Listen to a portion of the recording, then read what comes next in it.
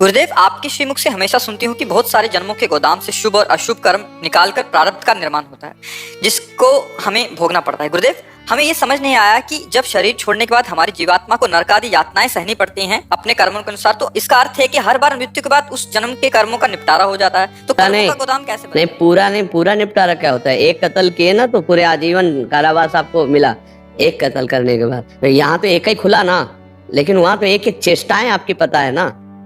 आपने जो स्वप्न में, जागृत में, सुसुप्ति में, तो वो एक एक चेष्टा पता है। अब उसमें मानसिक, शारीरिक, वाणी के द्वारा एक एक अपराध है। तो अब जैसे एक कत्ल किया तो आपको आजीवन कारावास मिला, यहाँ मिला।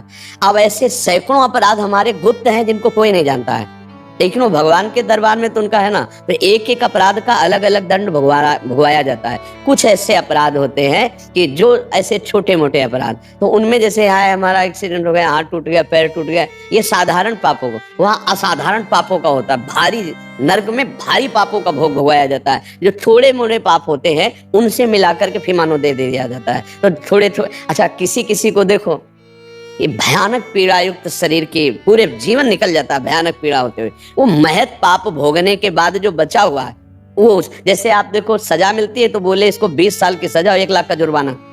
जब सजा दे दी तो जुर्माना काहे को दिया? बेदान है। तो सजा हुई नरक में और जुर्माने में ये पॉइंट जब मनुष्य शरीर दिया गया तो रख दिया गया 20 साल में एक्सीडेंट होगा, पैर टूट जाएगा, ये उसका हिसाब।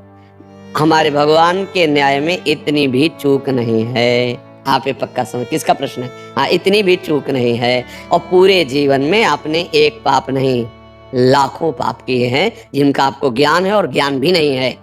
कुछ अज्ञान में हुए और कुछ ज्ञान में हुए, और जिनका कोई दंड आपको नहीं मिला है उनका दंड आपको भोगना पड़ेगा। वो सब स्टॉक में जमा हो रहा है। वहां ऐसा थोड़ी कि भूल भुलैया हो गई। कोई ऐसा शरीरधारी नहीं है जो भगवान का प्रेमी और भगवान का अवतारी पुरुष है, उसकी बात नहीं करता। नहीं, सबसे कुछ पुण्य और कुछ पाप बनते हैं। कुछ पाप होते, जैसे हमने किसी को अभी छेड़ा और खुल गया तो उसकी सजा होगी। किसी माई बहन को छेड़ा, ऐसा लाखों बार हो चुका है लेकिन खुला नहीं है, तो वो एक बार हमारा केस कोई खुल गया तो उसकी सजा क्या होगी? बोले नाबालिग के साथ ऐसा किया, बोले फांसी की सजा। लेकिन ऐसा 50 बार अपराध किया जो नहीं खुला है, अब वो दंड, वो तो मिलेगा ना दंड। बोले भगवान के दरबार में न्याय, ये क्या न्याय? हमने तो कोई गलती नहीं की, जैसे बिना किसी गलती के दंड मिल रहा है, तो तुमने वो गलती की है जो कोई नहीं जानता है, वो दंड कर्म आकर के इस रूप में दंड देगा जा तुम्हारी कोई गलती नहीं, वहां फंस जाओगे और वहां तुम्हें पीड़ा सहनी पड़ेगी। अवश्य में भोक्तव्यम कृतम कर्म शुभाशुभम। तो अगर इसी जन्म का देखो, बचपन से अभी तक, और ईमानदारी से जितना ध्यान है उतने को देखो, क्या उन चेष्टाओं का दंड नहीं है क्या? तो क्या वो फिर चली गई क्या?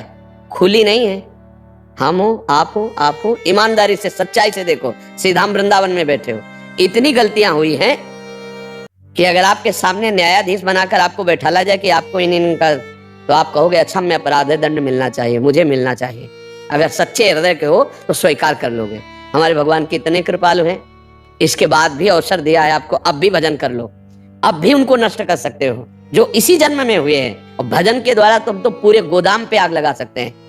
आम तो हम स्वर पापे भ्यो मोक्ष श्यामे मां सुचा, यही समझाने के लिए तो सत्संग हो रहा है कि ये जन्म तुम व्यर्थ मत जाने दो, अब अपना काम बना लो। लेकिन यहाँ काम बनाने की जगह और बिगाड़ते चले जा रहे हैं, स्टॉक पर स्टॉक रखते चले जा रहे हो, बड़े खुशी की कोई नहीं जानता है। भैया यहाँ कोई जानने ना जानने का मतलब नहीं, जिसको जानना है वो निर्णायक तुम्हारी एक एक बात को जान रहा है। भजन करो, कर्मों को भोग लो और कर्मों को भस्म कर दो, ये मुक्त होने का अवसर है। और अगर इसी में हम नए नए कर्म, पाप कर्म करते रहे तो ये जो अवसर मिला है इसका लाभ नहीं मिल पाएगा। हिसाब किताब में 1 सेकंड की भी चूक नहीं है, पक्का समझ। 1 सेकंड भी जो तुम कर रहे हो उसका फल तुम्हें मिलेगा। यहाँ तुम आए हो तो जब से आपकी सुधि हुई तब से मृत्यु तक का पूरा हिसाब होगा। अब कुछ ऐसे हैं जो केस फंस जाते हैं और हम दंड भोग लेते हैं, और कुछ ऐसे उसमें है कि हजारों केस दबे हुए हैं, तो यहाँ भी भोगो, नरक भी भोगो, अगले जन्म में भी भोगो, उसका हिसाब है। जैसे नहीं, अब जब 20 साल की उसको कैद दे दी तो जुर्माने की जरूरत क्या है? तो दिया जाता है ना जुर्माना, 50,000 जुर्माना, 1 लाख जुर्माना। अब वहीं मेहनत करो और वहीं से तुम्हारा पैसा कटता जाएगा और जेल की सजा भी भोगो। कर्म है, एक कर्म है 10 मिनट का व्यभिचार, उसकी सजा एक कर्म है, 10 मिनट में क्रोध को कंट्रोल नहीं कर पाए, हिंसा बन गए आदि। ऐसे कितने गुप्त पाप हैं जिनको कोई नहीं जानता, तो उनका दंड हमें भोगना पड़ता है। और ऐसे बहुत जन्मों में अपराध हो चुके हैं, बहुत से पाप हो जाते हैं जो जान करके होते हैं। किसी भी जीव की हत्या करना पाप है ना? ये जो मुर्गा मुर्गी बकरी बकरा ये खा रहे, पाप नहीं हो रहा है? शराब पी रहे हो, मांस खा रहे हो, पाप नहीं हो रहा है? आप विचार करके देखिए, आपके लिए क्या शास्त्र आज्ञा करता है कि आप ये पाइए? आपके लिए 56 प्रकार के भोग है, सुंदर सुंदर भोग है। तो हम लोग मनमानी कर रहे हैं ना, लेकिन आप गौर से देखिए, अगर तुम्हें शास्त्र का ज्ञान हो जाए तो अभी थर्रा जाओगे कि इस पाप का इतना बड़ा दंड, इस पाप का इतना बड़ा दंड। देखो ना, 10 मिनट उसने गलत किया, आजीवन बर्बादी जेल में। आप विचार करके देखो, आपने ऐसे हजारों कर्म किए हैं, अभी कोई दंड नहीं मिला, तो क्या दंड नहीं मिलेगा?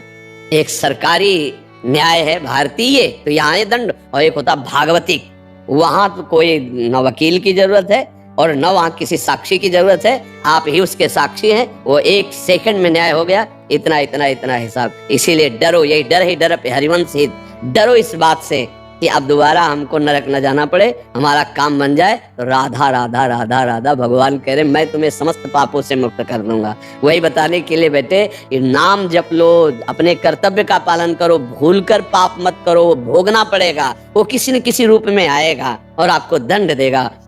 लेकिन हम उससे लड़ जाएंगे अगर हमारे पास नाम जप है, भगवान का आश्रय, तो उससे हम सह जाएंगे और आगे चलकर हम मुक्त हो जाएंगे। इसको भोग लिया, पुराने को भगवान भस्म कर दिए और नए सावधानी से चल रहे हैं कि पाप बनने ना पावे, मुक्त हो गए। समझ में आ रहा है?